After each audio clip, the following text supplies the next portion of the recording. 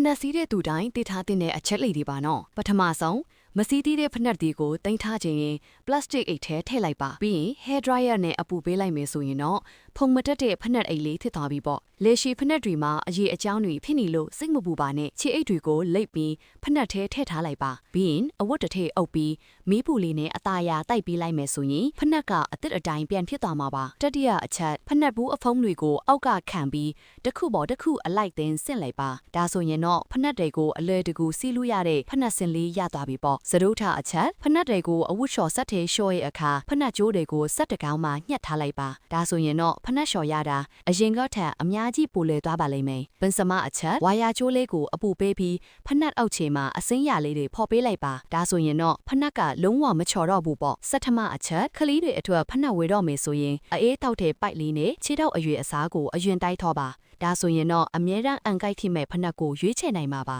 တူလေးတွေကိုသုံးပြီးဖနက်ကိုဟပ်ပေးထားလိုက်ပါဒါဆိုရင်တော့ရေငွေ့တွေမြ мян ပြောက်ပြီးအနံ့အသက်လေးကင်းစေပါတယ်နော်ရေပိုက်ကရေလွေနရန်ကိုစီနေလို့စိတ်ညစ်နေလားမစည်းတော့တဲ့မိုးကဖနက်အဟောင်းကိုဖြတ်ပြီးပိုက်မှာဆွတ်ထားလိုက်ပါနရန်ကိုရေစင်နေပြဿနာအရှင်းပြောက်သွားမှာပါဖနက်ကျိုးထိတ်လေးတွေပွားနေရင်စိတ်မပူပါနဲ့ပိုက်လေးဆွတ်ပြီးအပူပေးလိုက်ယုံနဲ့အကောင်အတိုင်းပြန်ဖြစ်သွားမှာပါဒီလိုအသုံးဝင်တဲ့ life hacks တွေကို short tips မှာအမြဲတင်ဆက်ပေးမှာမို့ live နဲ့ follow ယူထားဖို့မမေ့နဲ့ဦးနော်